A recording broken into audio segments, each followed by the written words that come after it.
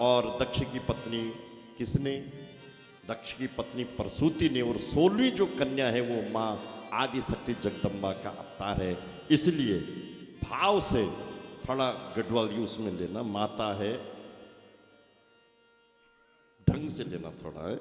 बोलिए आदि शक्ति जगदम्बा भैया गई। अरे माता हूं जो उत्तराखंड की सिर्फ बेटी बुआरी और भूली क्यों हमारी यख न बैठी, क्यों को भी एक बहुत बड़ो काम दायित्व तो बन दो अपना अपना की जथ्या भी। और दीदी भूली चाची बड़ी हमारी ऊँगते बोलते कि उत्तराखंड में एक भेजी आया और हमारा उत्तराखंड में भेजी और वो कथा सुनाना आएगा कर। तो अधिक से अधिक संख्या में आप सब लोग होते हैं जो प्रचार करके और अधिक से अधिक संख्या में शिव विवाह में उनको भी कल बुलाना।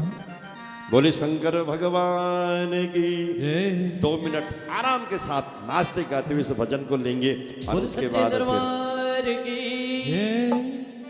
हे नंदा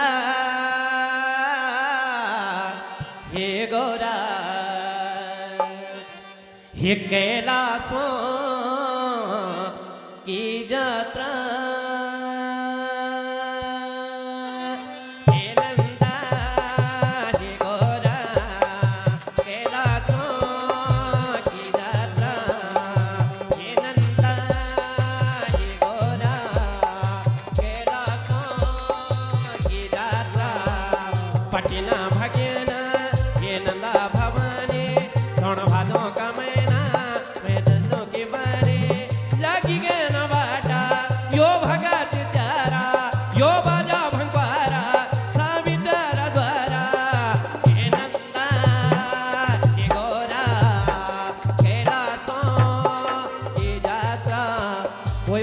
समझ में नहीं आ रहा लेकिन भजन के उसमें रिदम से तो जरा हाथ उठाएंगे सभी लोग।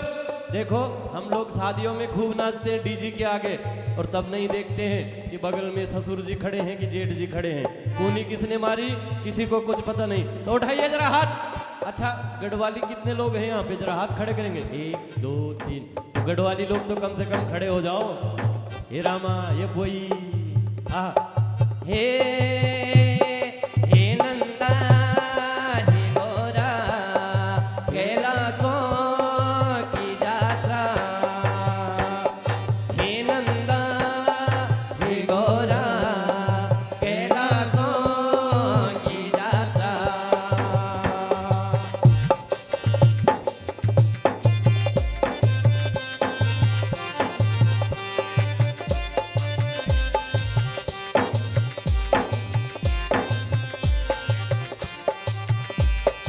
हे देवी चांदी को छातीरा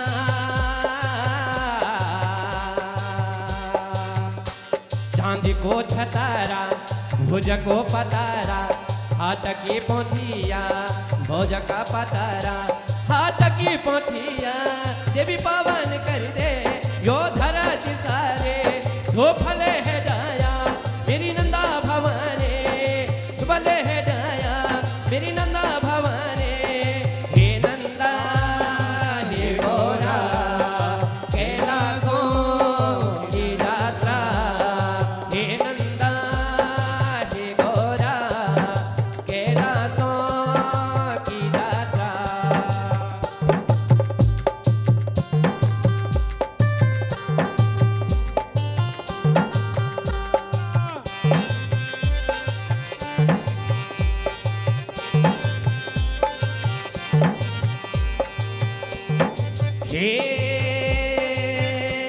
गोवा की हसूरी मुंड का जुंजाला स्योला का सांगाला पूजला भूम्याला सोबनी को पाटा पानी को यपना पान की सुपारी हे देवी है जाया हे गोरा भवानी सुफले है जाया हे गोरा भवानी भक्तों की देवी तुम का कार्य रे सफले है जाया छाया माया करे पैटर्न लगी गए कैलाशों की बारे आशीष दी जाया विनती हमारे सोन भादों का महीना सौर्यसों की बारे। हे नंदा हे गोरा हे नंदा हे गोरा कैलाशों की यात्रा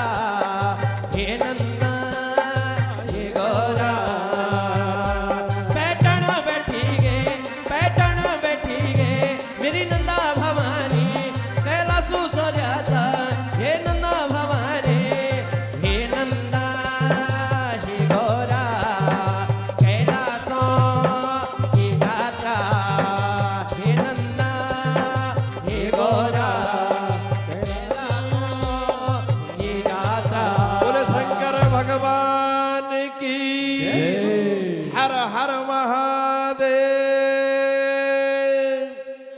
तो माताओं, यहां पर सती माता का जन्म होता है। अब नंदा, गोरा, सती, साध्वी, भव, प्रीता, भवानी, मोचनी, आर्या, दुर्गा, जया, चात्या, त्रिनेत्रा, शूलधारणी इत्यादि करके भगवती के यहाँ पर उत्पत्ति होती है।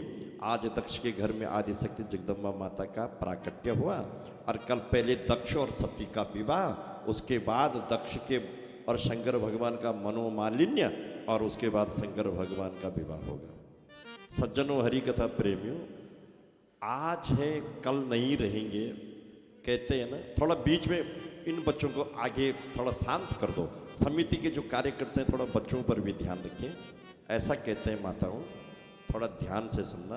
ये बच्चा किसका है, जरा अपने बच्चे को संभाल लीजिए। पत्ता टूटा डाल से और ले गई पवन उड़ाए, और अब के बिछड़े ना मिले और दूर पड़ेंगे जाए। हमारे बीच में यहाँ पर देखो, माध्यम कोई ना कोई होता है। एक माध्यम कैसे बने, एक बहुत सिद्ध महापुरुष है मोनी महाराज, जो उत्तर प्रदेश में रहते थे। मोनी बाबा बहुत सिद्ध महापुरुष, और उनकी विशेषता है कि बुजुर्ग कहते हैं कि हमने इनको ऐसा ही देखा, जवान कहते हैं हमने इनको ऐसा ही देखा। तो उनके यहाँ उन्होंने मुझे कभी बुलाया था उन्होंने, जबकि मुझे जानते नहीं थे, लेकिन वहां पर कुछ कार्यक्रम था मैं उनसे परिचित नहीं, पर उन्होंने अपनी स्लेट पे लिख के दिया कि उत्तराखंड में पारसमणि है, सिद्ध महापुरुष थे वो, उनको बुलाओ। उन्होंने उनके यहाँ मुझे उनके दर्शन का सौभाग्य प्राप्त हुआ, और उनके माध्यम से दीपक जी गुप्ता, श्री ज्वेलर्स वाले, उनको उनके यहाँ आना जाना हुआ, और उनके माध्यम से मिश्रा जी से मुलाकात हुई, और मिश्रा जी के माध्यम से इतना बड़ा परिवार मिला, शिव महापुराण, शिव भक्त इतने, ये सब शिव परिवार से मुलाकात हुई। ये मेरा भी सौभाग्य है। लेकिन थोड़ा संवेदना व्यक्त करता हूँ कि हमारे बीच में स्वर्गीय श्री सुनहरी लाल गुप्ता जी, जो उत्तरकाशी आए थे, जिनकी पत्नी बहन जी यहाँ पर बैठी हैं, श्रीमती सर्वेश देवी, वो भी एक समय था बहन जी जब हम लोग गंगोत्री गए थे, आपको भी पता होगा। आज दुर्भाग्य, आज एक दिन सबको जाना है, आज वो दिवंगत आत्मा भगवान को प्यारी हो गई है। लेकिन मैं तो ये कहता हूँ कि इतना प्रेम उसका हम लोगों से था कि अप्रत्यक्ष रूप में वो भी इस शिव पुराण को जरूर सुन रहे हैं, और उनकी तरफ जितना भी आप इस शिव महापुराण में सत्कर्म कर सकते हैं, जितना भी प्रसाद बांटोगी, उनको करोड़ गुना अधिक मिलकर के वो पुण्य लाभ अर्जित होगा। और इसी शब्दों के साथ में मैं उस दिव्यांगत आत्मा को श्रद्धा के सुमन अर्पण करता हूँ। आज के जो यहाँ के मुख्य जजमान हैं दीपक गुप्ता, और उनकी धर्मपत्नी सौभाग्यवती आयुष्मती पुत्रवती सोनिया गुप्ता, और दूसरे जजमान हैं कनक गुप्ता, अर्नब गुप्ता, मीरा गुप्ता, सर्वेश गुप्ता, प्रीति गुप्ता, और जजमान यहाँ पर प्रधान जजमान, द्वितीय जजमान है गया प्रसाद मिश्रा जी, और उनकी धर्मपत्नी सौभाग्यवती आयुष्मती देवी नाम ने सुमन मिश्रा, तरुण जी मिश्रा, वर्षा मिश्रा, अनु मिश्रा और लक्ष्मी मिश्रा जी, ये आज के जजमान हैं। और जितने लोग भी आप यहाँ पर आए हैं माताओं, सब आप शिव जी के परिवार के हैं। ये कुटुंब किसका है? इस वक्त शिव कुटुंबकम है। सब हम शिव और पार्वती के परिवार यहाँ पर बैठे हैं। आप सब लोगों को दान धन्यवाद देता हूँ। आप लोग अपने परिश्रम का अंश यहाँ पर दे रहे हैं, और जो सदकर्मों में जो खर्चा होता है वो 1000 गुना बढ़ कर के आता है। कितने गुना? 1000 गुना वृद्धि आती है। इसलिए कहते हैं कि अदत्त दानम भवेत दरिद्री, और दरिद्र भावात करोत पापम, पापा प्रभावित पुनरेव पापी, पुनरेव पापी पुनरे दरिद्री। और सिर्फ 10 मिनट और लूंगा, उसके बाद मैं आपको आमंत्रित करूंगा। 10 मिनट। आज बार क्या है? मंगलवार है ना? हाँ, तो थोड़ा मंगलवार है। मैंने क्या बोला था कल कि कथा की रक्षा कौन करते हैं? हनुमान जी। बोलिए हनुमान जी महाराज की। माताओं बहनों, 10 मिनट आप भी बैठ जाओ, बैठ करके इस आनंद को लीजिएगा। भूत प्रेत किससे डरते हैं? हनुमान जी से डरते हैं, पक्का। माता हनुमान जी से डरते ना बच्चों। आप सब बहनें हैं यहाँ पर, मुझे बहुत बढ़िया लग रहा, बहनें हैं, माताएं हैं, बहुत अच्छा लग रहा आपके बीच में। भूत प्रेत किससे डरते हैं? हनुमान जी से। हनुमान जी से डरते, क्यों डरते हैं बताओ? डरते हैं तो क्यों डरते हैं भाई? प्रत्येक बात के पीछे एक रीजन होता है, और जब तक आप उसका रीजन नहीं पहचान बताएंगे, जब तक रीजन, उसके रीजन तक पहुंचेंगे नहीं, गहराई तक पहुंचेंगे नहीं, तो उसका महत्व नहीं होगा। क्यों डरते हैं बताओ? इसलिए डरते हैं बच्चों कि हनुमान जी ने कभी पद नहीं लिया। क्या नहीं किया? पद नहीं लिया। और जो पद लेता है उसको मद होता है। क्या होता है? जो पद लेता है उसको मद होता है, और जो पद लेता है उस पे भूत लगता है। जैसे भूतपूर्व अध्यक्ष, भूतपूर्व विधायक, भूतपूर्व प्रधान, तो जो पद लेता है उस पे भूत लगता है। तो हनुमान जी ने कभी पद लिया ही नहीं, इसलिए उनको भूत लगना तो दूर की बात, पर जो पद नहीं लेता है वो जहां भी जाता है भूत वहां से भाग जाते हैं। समझ गए? नहीं समझे तो थोड़ा और समझाता हूं। नहीं समझे तो फिर समझाता हूं। आप माता हो, एक बार श्री राम जी और जगत जननी सीता माता बैठी, हनुमान जी पाद सेवा कर रहे हैं, पैर दबा रहे हैं। तो राम जी ने कहा, हे हनुमान। सीता जी को बोला, हे वैदेही, ये हनुमान जी के हम पर बहुत उपकार है, लक्ष्मण के प्राण बचाए हैं इन्होंने। अशोक वाटिका में आपका पता लगाया है, 100 योजन का समुद्र फलांगा है। तो हनुमान जी की आंखों से आंसू आ गए। लंका जलाई है। हनुमान जी ने कहा, महाराज ये क्या कर रहे हो? मैं जानता हूं कि जिस भक्त की आप तारीफ करते हो फिर उसके उल्टे दिन आते हैं। नारद जी को आपने एक बार बांस पे चढ़ा दिया और उसको बंदर बना करके जगह जगह भटकाया, और मैं तो पहले ही बांदर बना हुआ, अब इस बंदर को और कहां घुमाओगे प्रभु? बोले, नहीं नहीं बेटा हनुमंत, आपने समुद्र लांगा है। हनुमान जी ने कहा, नहीं मैंने नहीं लांगा। 100 योजन का समुद्र मैं कैसे लांग सकता था? तो राम जी ने कहा, बेटा पार तो आप ही गए। तो हनुमान जी ने क्या जवाब दिया? बोले, मां प्रभु नहीं, मेरे में शक्ति नहीं थी। तो फिर आप कैसे समुद्र पार गए? तो हनुमान जी ने क्या जवाब दिया कि आपने मुद्रिका मुझे दी, और वो मुद्रिका नाव बन गई, और मैं सो के आराम से उस उठ पर बैठ के चला गया। क्या कहा कि प्रभु मुद्रिका मैली मुख माही, जलधि लांघ गए अचरज नाही। महाराज इसमें आश्चर्य की क्या बात है? आपकी मुद्रिका पर मैं गया, पर ऐसा नहीं बोला कि मैंने छलांग लगाई ना। तो सीता जी ने कहने लगे, तो अच्छा फिर इधर। तो आप कहेंगे कि हनुमान जी, सीता माता ने कहा, फिर बोलेगा हनुमान जी आप कि आपने चूड़ामणि दी और उस चूड़ामणि पे सो के आया। अब तब सीता जी कहती है हनुमान जी को कि सुनो बेटा, लामी मतलब लामी लूम लपेट आकाश निहार के, लंका जला के जली गई, लंका जला करके जल गई, बड़ी विचित्र है पूछ तुम्हारी, इसमें कौन सा जादू भरा, हंसी पूछत है मिथिलेश दुलारी। सीता माता कहती, अच्छा बेटा सुन, एक मिनट, राम जी की कोई बात आप स्वीकार नहीं करे पर करना पड़ेगा। जब आपने बेटा लंका में आग लगाई, क्या लगाई?